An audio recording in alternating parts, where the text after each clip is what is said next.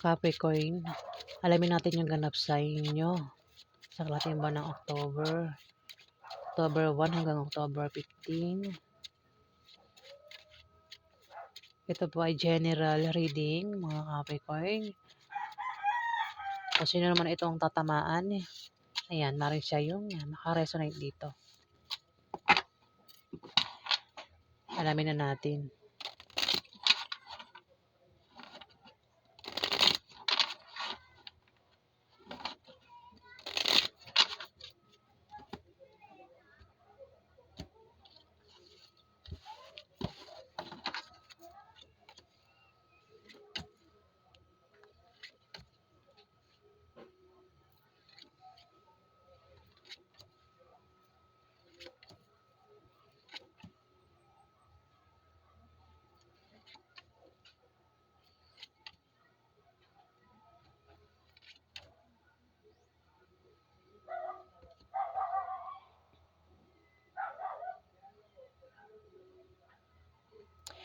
Meron ditong Aries, Leo, Sagittarius, Capricorn. Ayan, kung meron kang kilalang Aries, Leo, Sagittarius, babae, maring siya na yan. At may tao rito yung mamimili, hirap pumili. Pwede siya o ikaw, hirap pumili kung sino yung dalawa ka relasyon niya, dalawang minamahal niya. Pwede may third party. Pwede namimili kung asawa ba ang pipiliin o yung third party. Kung ito ay patungkol sa pamilya, ito yung namimili, hirap pumili kung sino yung paniniwalaan niya, papaboran niya, kakampihan niya kung nagkakaroon ng away. Magkakaroon ng mabulaklak na partnership o engagement sa inyo, Capricorn, sa kalahating buwan ng September. Kung kayo naman daw ay magka-problema, Capricorn, may taong nandyan lang na palagi nakasuporta sa inyo. Ayan. Siya rin yung nagbibigay ng lakas loob nyo, Capricorn. May third party nga. At maaaring masira yung relasyon nyo sa third party, dahil sa third party. Pwede ikaw yung may third party o yung karelasyon mo yung may third party. Pwede rin baka ikaw yung third party, Capricorn, o yung karelasyon mo yung third party.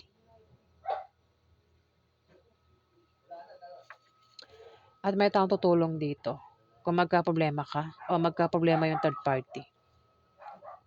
May pagtulong dito na mangyayari. Ano mang klase problema, yung pagdadaanan niya, may pagtulong dito.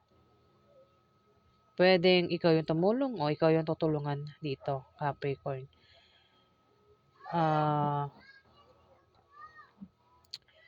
Ikaw daw ay matitempt gumawa ng masama sa iba o ikaw ay matempt gumawa ng mabuti sa kalahating buwan ng October. Maaari din na ikaw ay ma-stress. Kung ma-stress ka raw, magpatingin ka sa doktor, Capricorn. Kung lumalabas ka sa gabi, ingat ka sa paglabas-labas mo sa gabi. Ayan, para makaiwas ka sa pwedeng mangyari sa'yo. Ayan, Capricorn. Meron ka raw malalamang masamang balita na ipag-aalala mo sa kalahating buwan ng October. Sabihin ko ba kung ano-ano yon? Wag na. Kasi masama nga yun eh. Ingat ka raw, Capricorn, kasi may taong inggit sa'yo dito sa kalahating buwan ng October. May tao na inggit sa'yo. Pwede ito yung gumagawa ng paraan para pabagsakin kasiraan yung negosyo mo, Capricorn. Inggit. Siya yung gumagawa ng paraan para mabago yung takbo ng kaperahan mo, Capricorn. Ayan, pwede siya rin yung naninira sa'yo dito sa kalahating buwan ng October, Capricorn. Ang iba sa inyo ay balak mag-resign kung meron kayong trabaho. Nagbabalak ka mag-resign sa trabaho nyo kasi mag-apply kayo sa ibang kumpanya. Pero sabi ng card, wag daw kayong basta-basta mag-resign hanggat hindi kayo natatanggap sa na-applyan yung bagong kumpanya para hindi kayo nga sa huli. At ang iba naman sa inyo ay wala naman talagang trabaho at balak nyo mag-apply. Ayan. At sa inyong pag-apply o pag-travel, mayroon daw kayong makikilala na pwede niyong maging karelasyon kung single kayo. Pero kung kayo ay may karelasyon na, pwede niyan ay maging third party, mga Capricorn. Ayan. Itong masamang balita na paparating sa inyo, pwedeng mabalitaan nyo na meron kayong kamag-anak o kaibigan na nawala na sa earth. Mabalitaan nyo na yung karelasyon nyo ay may iba. Mabalitaan nyo, Capricorn, na ang negosyo nyo ay pwedeng na bankrupt. O yung pinasukan yung trabaho ay pwedeng na bankrupt, Capricorn. Ayan. O kung ano pa yung pwedeng mabalitaan nyo na masama raw sa karating buwan ng October, Capricorn.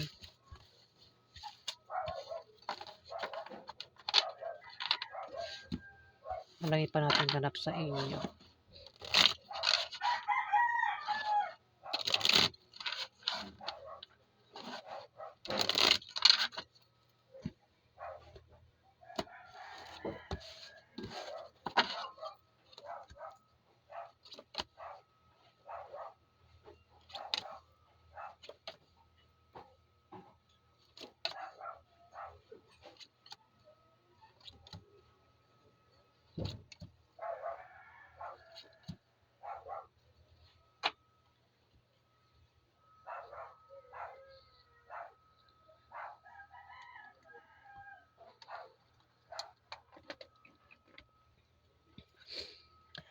May pagbabago sa kaperahan nyo.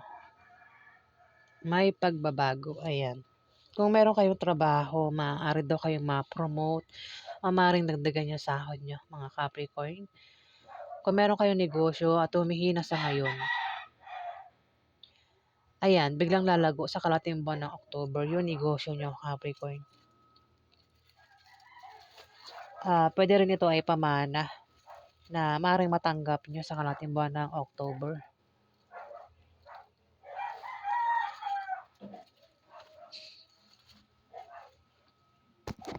Kung kayo ay susubok tumaya sa Lotto games, raffle games, maaari daw kayo manalo. Ayan, Capricorn. Yung nga lang, mukhang magkakaproblema kayo sa bahay nyo, sa pamilya mo, o baka kung ano man yan pwedeng problemahin mo, pwede rin patungkol sa love life. Apektado ka sa problemang yan na darating sa inyo at kailangan mo rito ng suporta, Capricorn. Ingat ka raw sa aksidente o misfortune. Ingat ka sa mga pwedeng mangyari sa'yo, Capricorn, sa kalating buwan ng September.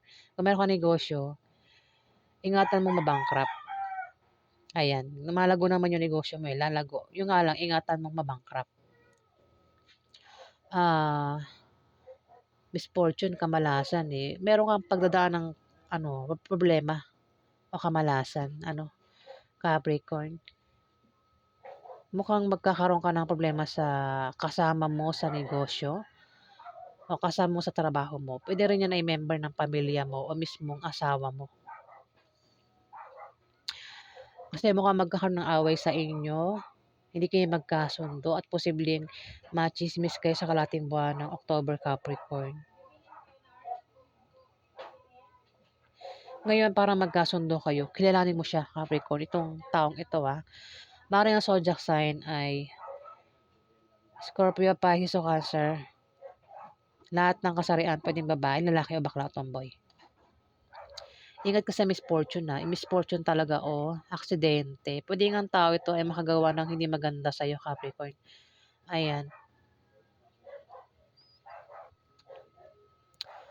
Problema sa love life, pamilya, o baka meron kang gulong kakasangkutan, Capricorn. Ingat ka sa kalating buwan ng October. Kung meron kang kahilingan o pangarap dyan, yan daw ay magkakatotoo. Ayan, kung meron ka bang hiniling o pangarap na gusto mong mangyari, ayan, magkakatotoo daw sa kalating buwan ng October, Capricorn. May tao rito ang, may pagbabagong mangyayari sa kanya. Pwedeng ikaw itong Scorpio, Pisces o Cancer. Ayan. Pwede rin naman na ang isa sa inyong dalawa ay makaisip ng pagkakitaan na lalago. patungkol sa kaperahan. Puwedeng ang iba sa inyo o kung itong tinutukoy, alin man sa inyong dalawa, puwede rin baka naman kayong dalawa ay magka-partner sa binabalak niyong 'yan na patungkol sa kaperahan.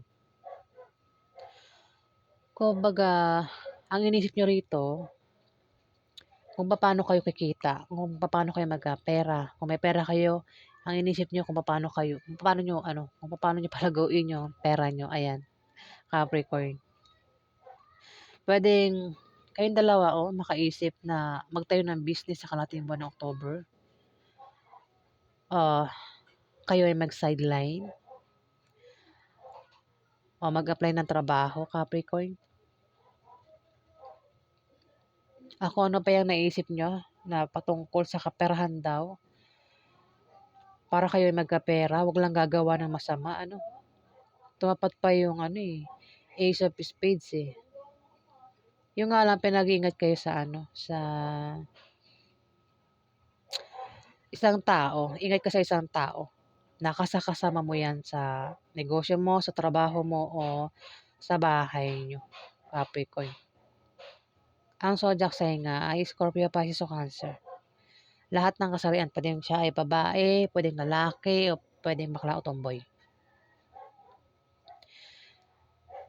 Misfortune, eh. Puwedeng ano, baka balakan ka ng hindi maganda kung hindi mo 'yan kasundo ano, Capricorn.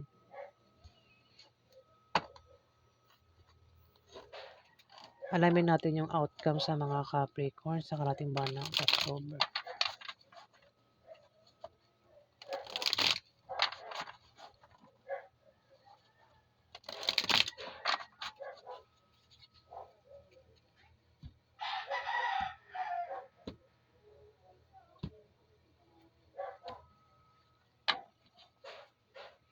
Ano po yung outcome sa mga Capricorn sa karating buwan ng October?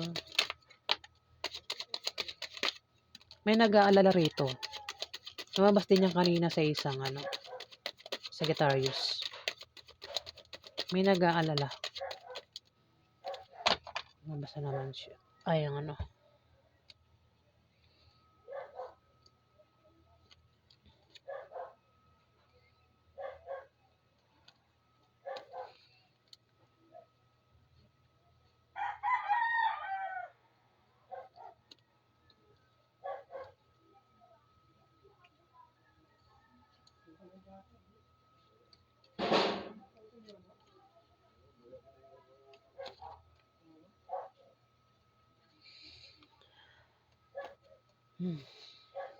Okay natin dito.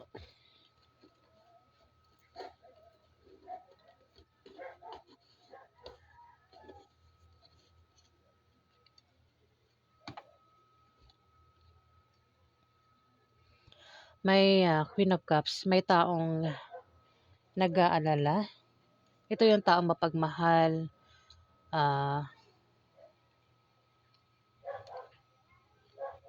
mapag-alaga, may pagka-physic din ano. Puwedeng ikaw ito, puwede rin naman na hindi ikaw ito. Ito ay water sign. Scorpio, Pisces o Cancer, babae. Puwede na siya ay nag-aalala sa'yo o ikaw yung nag-aalala. O maaaring ito yung nag-aalala sa pinagbubuntis kung buntis. Ayan, basta may taong nag-aalala dito. Nag-aalala sa kalagayan niya, ayan. May paghatol. May judgment. May mahatulan, puwedeng ikaw, Capricorn, o may mga kasama ka sa paligid mo maaaring mahatulan. Maaari din na may magbubunyag na sekreto sa kalahating buwan ng October, Capricorn. O maaaring may taong hihingi ng tawad, puwedeng ikaw o ikaw yung hihingian ng tawad dito. Maaari din na may gagaling sa tamang oras o maaaring ikaw ay magkaroon ng kapayapaan sa kalahating buwan ng October. Kung meron kang plano, binabalak diyan, gustong gawin sa kalahating buwan ng October, Capricorn, hindi ka sure kung ikaw ay magtatagumpay, ruleta, hindi ka sure kung saan tatama yan. Pwedeng swertehin ka, pwedeng malasing ka, Capricorn. Ayan. Maaari din na meron kang mabilisang paplanuhin o may biglaan kang paplanuhin dahil kailangan o maaaring may plano ka na ipagpapaliban mo muna. Mabuti man o masama, swertehin ka man o hindi, maging matatag ka, Capricorn, sa kalating buwan ng October. May nag-aalala, pwedeng nag-aalala kasi may sikreto na maaaring mabunyag, Capricorn. Ayan.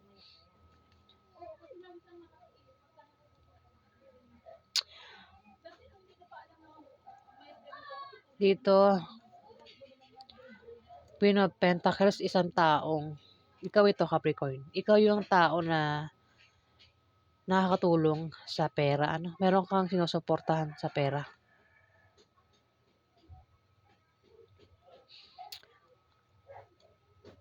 Pwede ikaw ay makatanggap ng pera sa kalating buwan ng October. Ayan. O ikaw yung may pagbibigyan ng pera dito. Dalawa lang yan eh. Pwede ikaw yung makatanggap ng pera o ikaw yung magbibigay ng pera sa kalating buwan ng October. Ayan. Taong mahilig sumuporta.